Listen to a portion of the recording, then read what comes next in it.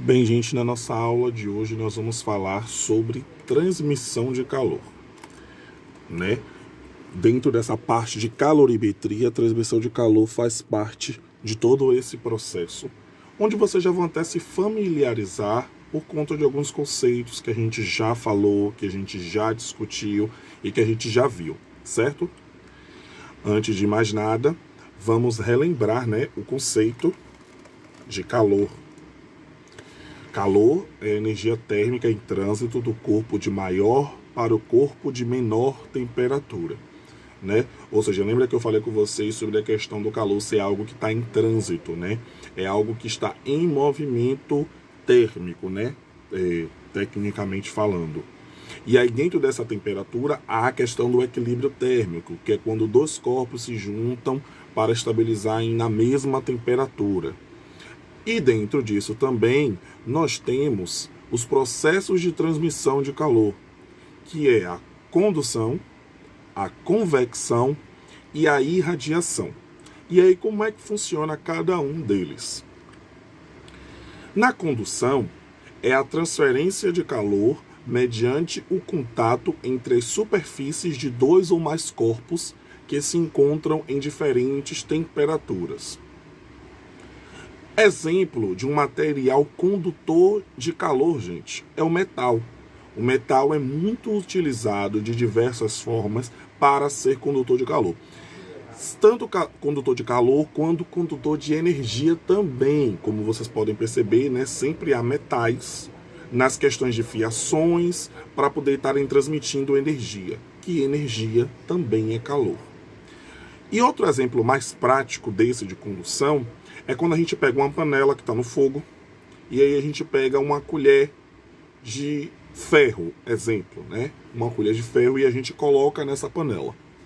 Quando a gente pega e submerge a colher dentro da panela, né? Aquela parte, né, que está ali dentro da panela, ela começa a esquentar e ela começa a aderir à temperatura que aquela panela, que aquele líquido está ali emanando. E à medida que ela vai pegando aquela temperatura, ela vai conduzindo a temperatura da ponta que está dentro da panela até a outra ponta que a gente segura.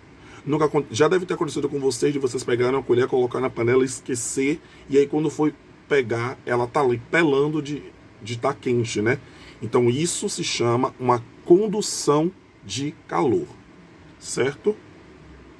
O outro meio de propagação da transmissão de calor é a convecção, que é a transferência de calor que ocorre em fluidos, que apresentam diferentes temperaturas em seu conteúdo. Quando é fornecido calor a um fluido, formam-se correntes convectivas, que transmitem o calor até que todo o fluido entre em equilíbrio térmico. Exemplo disso, digamos que vocês pegam uma chaleira, tampa e coloca no fogo, né, cheia de água. Quando você liga o fogo, a chama ela fica em específico em um lugar da chaleira, né, que é no meio, digamos assim. Aquele meio ali vai ser a maior temperatura de toda aquela água que está dentro da chaleira. O condutor térmico nesse momento vai ser aquele meio ali.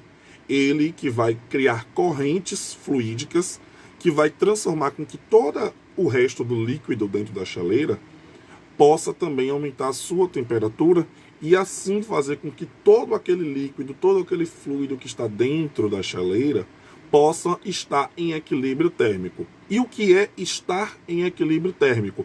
É que toda aquela água esteja na mesma temperatura, certo? Este também é outro ponto da convecção. O processo de convecção térmica ele ocorre nos líquidos e nos gases e nos meios de deslocamentos de massa, gente. Ou seja, não acontece convecção no vácuo.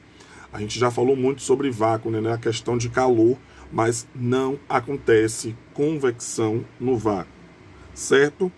E existe assim diversos tipos de aparelhos eletrodomésticos que tem como o principal funcionamento de correntes de convecção, que são as geladeiras, certo? Geladeira é um meio de convecção, porque o ar das proximidades, né, que ele resfria, desce quando a geladeira é aberta e fica quente. Então ele tem uma corrente de convecção no interior do aparelho.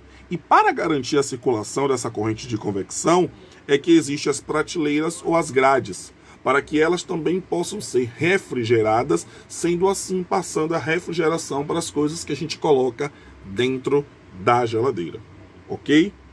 Além disso, também temos o funcionamento dos aquecedores, que são colocados em posições mais baixas do ambiente, porque assim eles podem emanar as correntes, né, de energia, de refrigeração para todo o ambiente.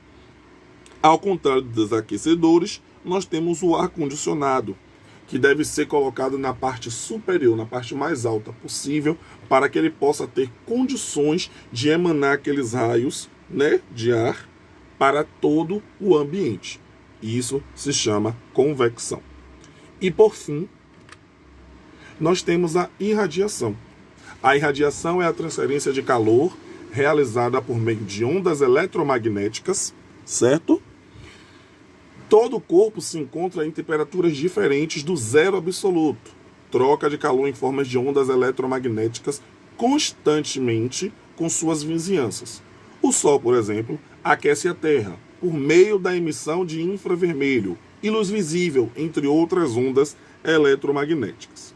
Ou seja, esse é o processo de calor que pode ocorrer em meios materiais, como no caso do ar atmosférico ou também no vácuo, diferentemente da convecção. O aquecimento do nosso planeta ocorre por esse tipo de transmissão de calor, certo? Como eu falei para você, a Terra recebe um meio de emissão infravermelho ou ultravioleta, que ao atingir a atmosfera é absorvida e remitida na forma de irradiação infravermelho. Tá ok, gente? Então, esses são os meios de propagação e transmissão do calor. Repetindo, eles são convecção, condução e irradiação. Na melhor ordem dizendo, condução, convecção e irradiação. Certo? Bem, estamos iniciando o nosso assunto, né, de transmissão de calor com a parte teórica. Vocês vão ver que na descrição deste vídeo vai estar as informações da atividade para vocês estarem fazendo. Estará o link de um outro vídeo que pode complementar e tem uns exercícios falando sobre transmissão de calor. Então eu vou pedir que vocês assistam esse outro vídeo que vai estar no link aí na descrição. Copiem os exemplos lá postados, copiem essa introdução que eu estou postando aqui para vocês, certo? E me mandem no WhatsApp, certo? Na descrição do vídeo vai estar todas as informações disponíveis sobre a atividade, o prazo de entrega. E lembrando, gente, não será aceito nenhuma atividade após o prazo expirado. Tá ok? Até a próxima aula.